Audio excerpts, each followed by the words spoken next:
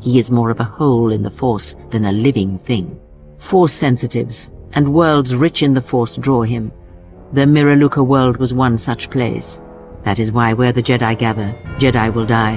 He will feel it, unless they mask their presence. But Katar called out as a beacon to him, and he could not resist it. And he cares nothing for the Sith, or its teachings, or the Jedi. And when the Jedi are dead, he will feed on the galaxy, the Republic, and eventually consume the Sith as well. His mere presence kills all around him, slowly feeding him. He is already dead. It is simply a question of how many he kills before he falls. There is one character from Knights of the Old Republic who I constantly see people saying needs a solo movie, and anytime I see this discussion, I roll my eyes, because in my personal opinion, it is one of the most ridiculous discussions in the fandom, and it is also one of the most ridiculous ideas for an adaptation, and it is the idea that Darth Nihilus needs or deserves a solo film of his own. Now, I do admit in this video, I might sound like a bit of a gatekeeper, but please know that is not my intention. If you love this character and want to see him on the big screen, I get it. Nihilus is one of my favourite Star Wars characters, and probably my second favourite Old Republic character, for reasons I'll get into. But to me, Nihilus is probably one of, if not the worst character that you could possibly give a solo film to. And that's for one reason, and one reason alone. Darth Nihilus fundamentally cannot work without the Jedi Exile. If you take the Jedi Exile out of his story, you immediately lose what makes Nihilus such a nuanced character in the first place. You fundamentally lose what makes him interesting because you'll have separated the yin from the yang. What a lot of people miss about Nihilus, in my opinion, is the fact that there is so much more to him than he's Space Galactus because he eats planets and he's unbeatable, he solos the verse. That is all that really gets said about him, but to me, Nihilus is quite literally the walking personification of trauma, consequence, and also mental health.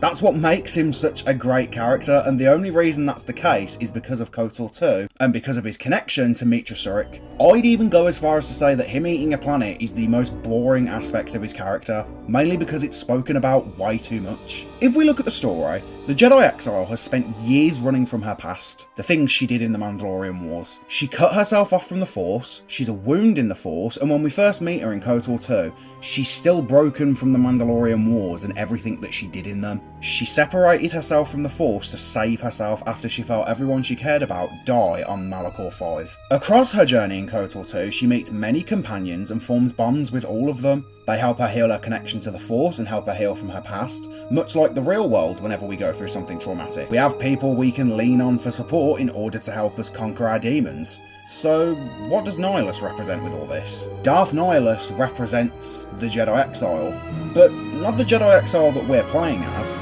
Nihilus represents the darkness of the Jedi Exile. He's her exact mirror and everything she would have become had she not cut herself off from the Force. And Nihilus only exists because of what she did. He was on Malachor 5 when the mass shadow generator went off and he felt everyone he cared about die around him. He survived, but the pain he felt was unimaginable and eventually began to drain the Force energy from the other survivors. And this gave him some sort of relief. His pain was gone, however it was temporary, and when the pain came back, it was even worse. Nihilus essentially became addicted to the Force. He needs it and he craves it, and this in of itself is an allegory to drug addiction in the real world. People use drugs to escape their own pain, their own traumas. However, much like drugs in the real world, it does wear off eventually.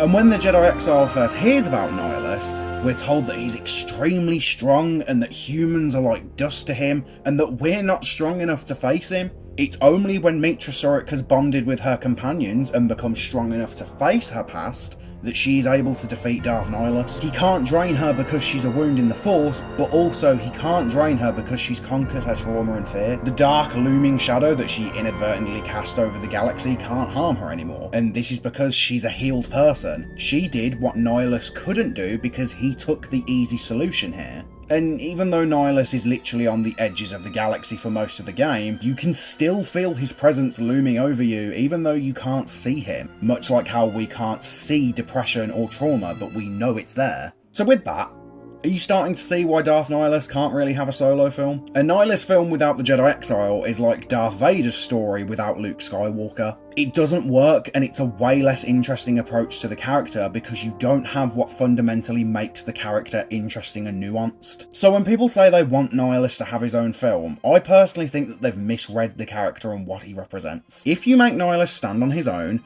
and you lose any connection to the Jedi Exile, you lose anything that makes him interesting or important as a character. He's just a cool guy in a mask who eats people and doesn't talk in a language that anyone knows. And that's another thing. How are we meant to have a film where the main character is someone who literally talks like this?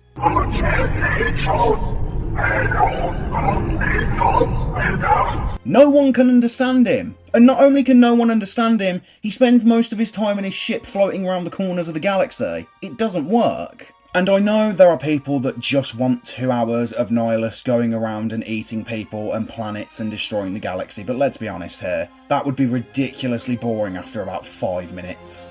And I honestly can't help but feel anytime we do hear someone say Nihilus needs a solo film, that they haven't played KOTOR 2 and they just think he's cool because they think he's Galactus. Now, I am admittedly biased. I'm very much of the belief that no one from the KOTOR game should be adapted in any way, mainly because they're video game characters and part of their depth comes from the fact that you're in that world talking to them, but again, subject for another video. But yeah, this is a topic I've wanted to talk about for a while, and it definitely wasn't a video I wanted to put on TikTok, so here it is. So yeah, don't adapt any of the KOTOR characters, just remake the games. It'd be a hell of a lot better. If you made it to the end, thank you so much for sticking around, and if you enjoyed what you saw, maybe consider force pushing that subscribe button and hitting the bell so you know when I upload another video like this. Thanks for watching.